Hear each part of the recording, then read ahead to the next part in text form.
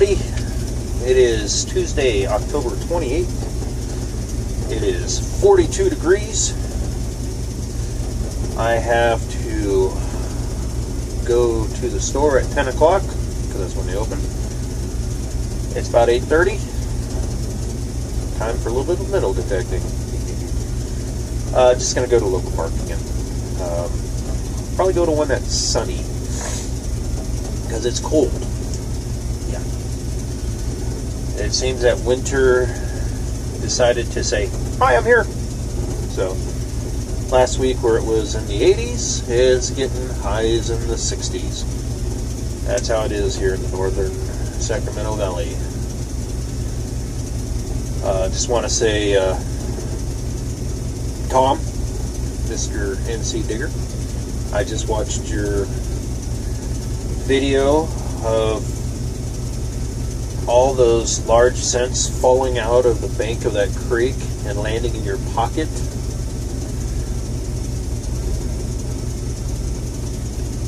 Speechless.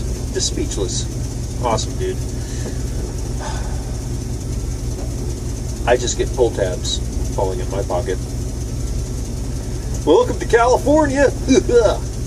Nah, I would love to hit the 1700 Club one of these years. The only people that had anything metal in the 1700s in California were, sorry, Penguin, the Spaniards, the conquistadors, when they were traipsing up and down the state, and really it would only be near the missions, but then the monks, the Franciscans who settled the missions, didn't really have too much cash. They bartered in corn and flour and chickens and whatnot. So in reality, the closest I would get to anything from the 1700s would probably be if I went to like Baja California or even Mexico. Unfortunately, in Mexico they have really strict laws about metal detecting to the point where it's almost punishable by death. I don't know. You can get in big trouble for metal detecting in Mexico. There's a guy that watches I think he watches my channels, Carlos. His dad has to be careful when he metal detects. There's a lot of history down there. Anyways, I'm rambling, but I'm also rambling because my truck's warming up. I'm not wearing the GoPro today. It's just a quick hunt. So I'll just probably go to the park, do a hunt. I'm not going to film anything unless it's super, super remarkable, like if I get a big ring or something.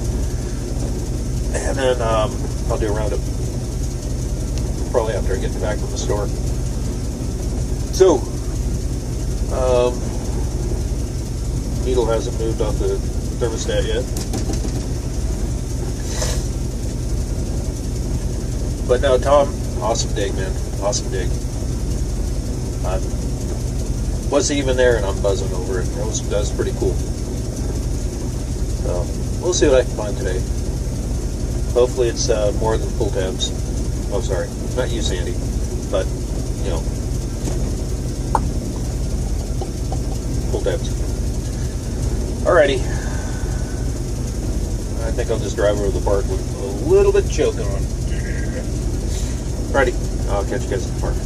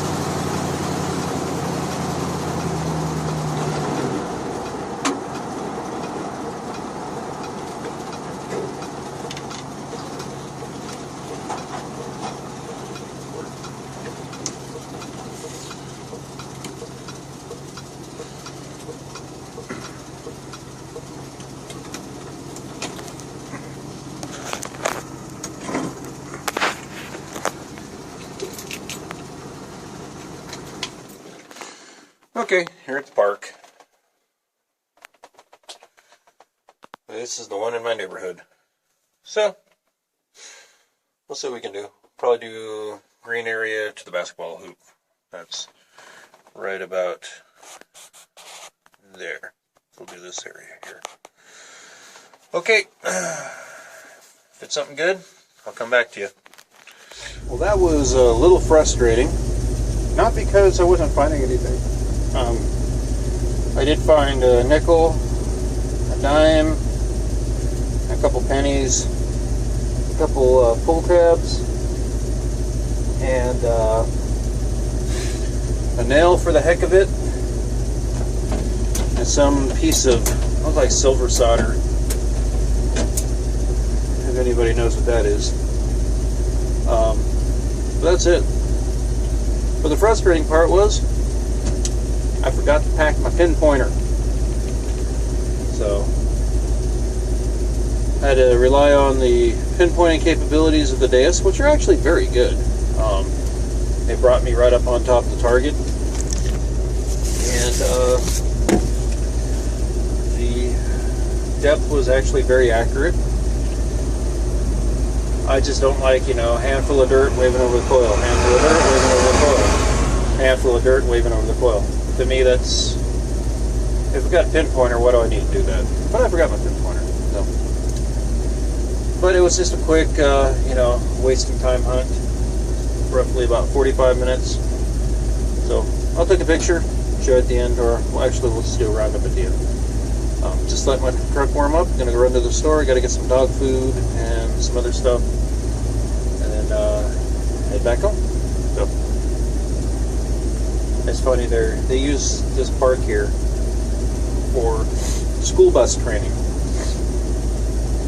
and they have cones set up where these buses have to kind of move around really, really hard locations. Like there's another bus in front of it. Or like this one here is parallel parking. Let me pull this thing up. You guys got to see it. Okay, so this one here is acting like it's parallel parking right now.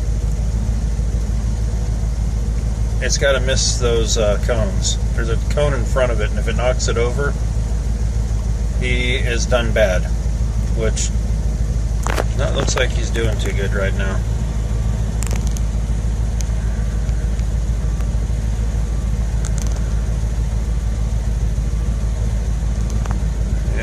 He's got to cut that wheel sharp.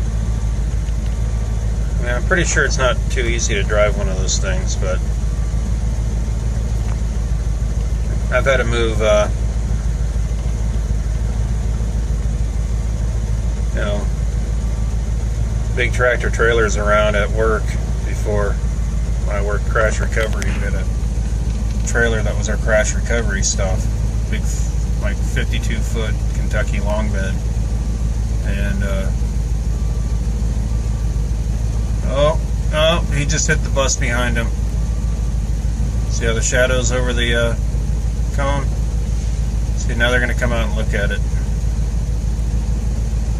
The instructor says, okay, let's see how well you did. So they get out.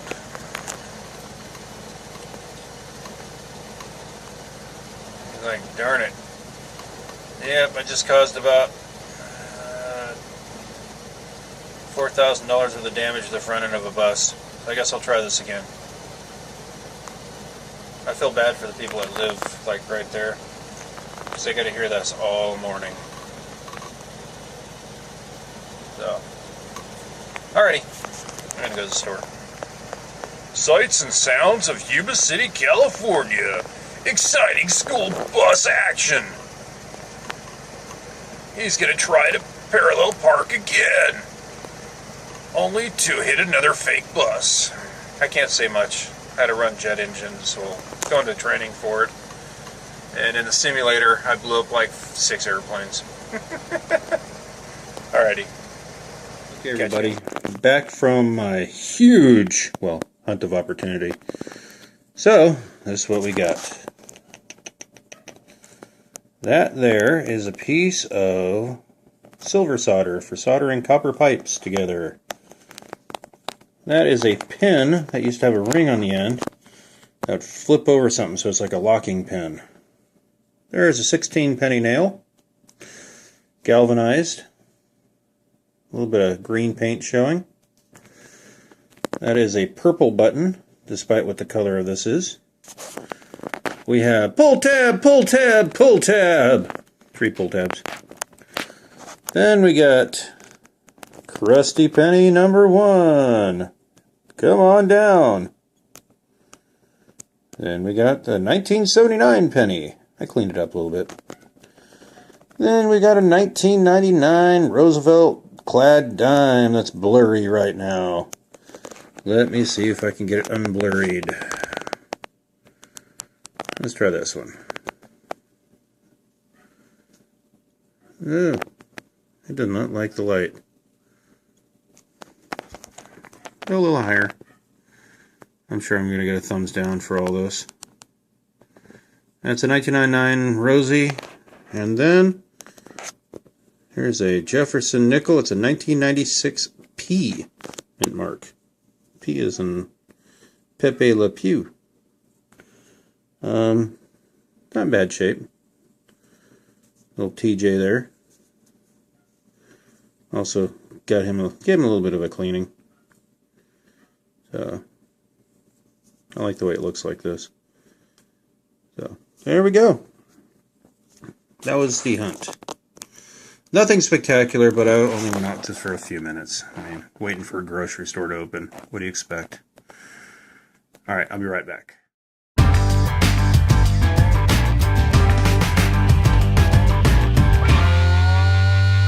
So I think I deleted my contest video.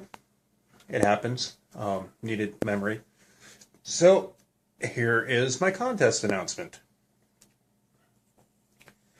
I want to thank all my subscribers for all your support.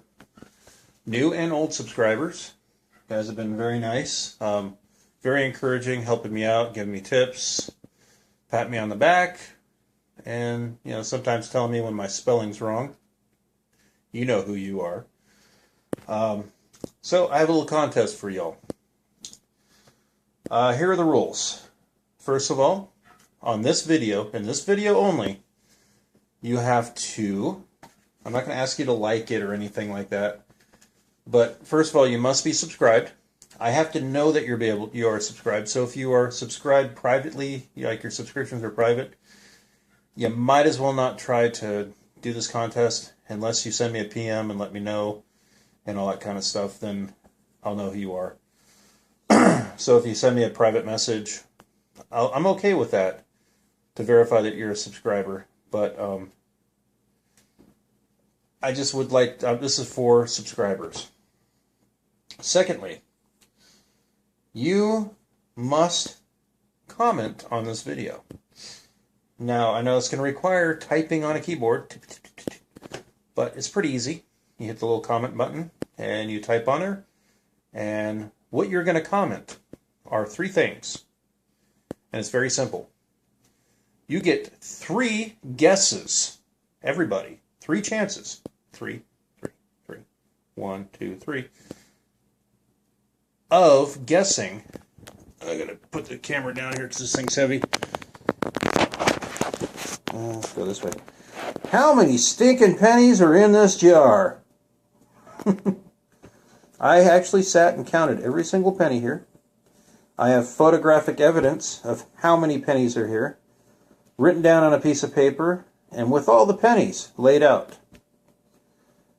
So, to give you an idea, this is a 2-cup mason jar, or 3-cup mason jar. It's pretty darn heavy.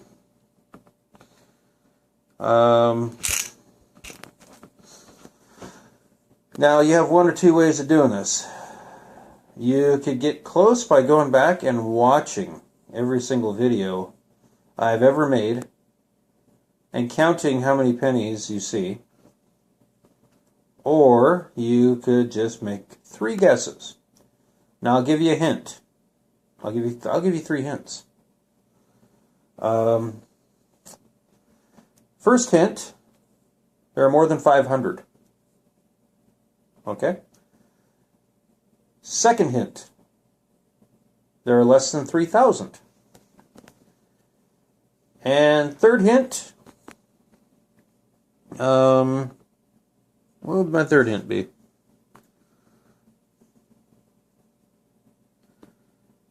The jar is filled, unscrewing it one hand, that's my bad arm too. My left arm doesn't work too well. That's how far the jar is filled to. So, you figure out how much a 3-cup mason jar is, and you figure out how many pennies get you just below this point here, if you want to try to do some physics or math or something. And that's it. Now, since I have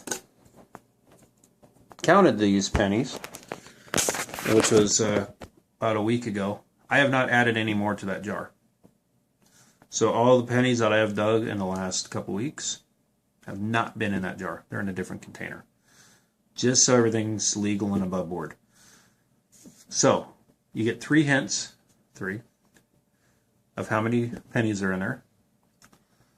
Or 3 guesses. You've heard the 3 hints. Put your 3 guesses in the comments. And if there are anybody, well, yeah, you can't go over. That's one of the rules. So it's like Price is Right. The closest guess to the amount without going over, if it's one person, they win the prize. And what's the prize, you ask? All right, give me a second. I have to go walk over to a box. 1 second. What are you going to win? You're going to win the Korean coin collection there. You're going to win, this is a folding camp shovel. I used it a few times early on. It works good. It's just, I needed something that could cut turf. This thing's great for beaches. It's great for out in the middle of nowhere. And it's small and compact. You're going to win that. You're going to win little fines box, otherwise known as a tackle box. It's pretty handy. You're going to win a 1945D Mercury dime that I got from my club.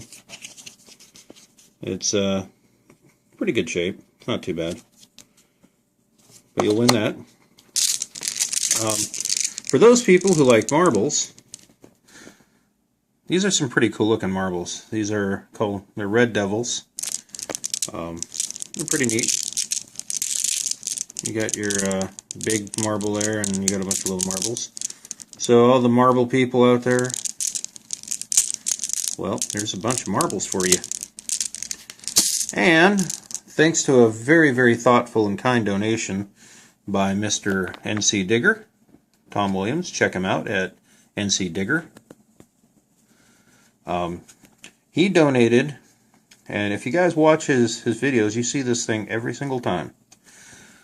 He donated a nice, let's see if I can get it good in here.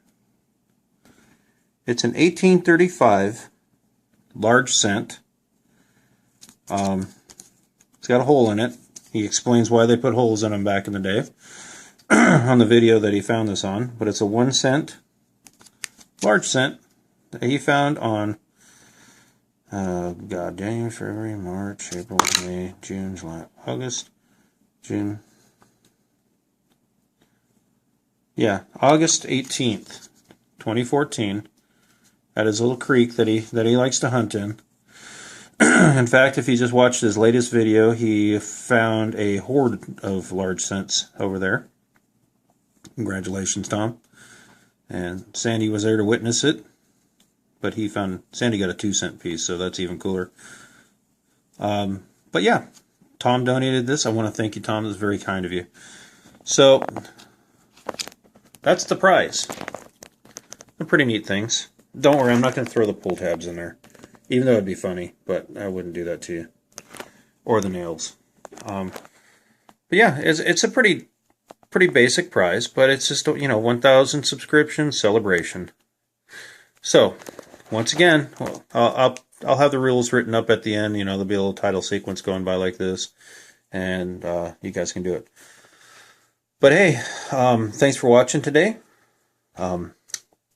Remember, comment, how many pennies are in this jar? And you're not winning the jar full of pennies, so sorry. That's mine. I'm a hoarder.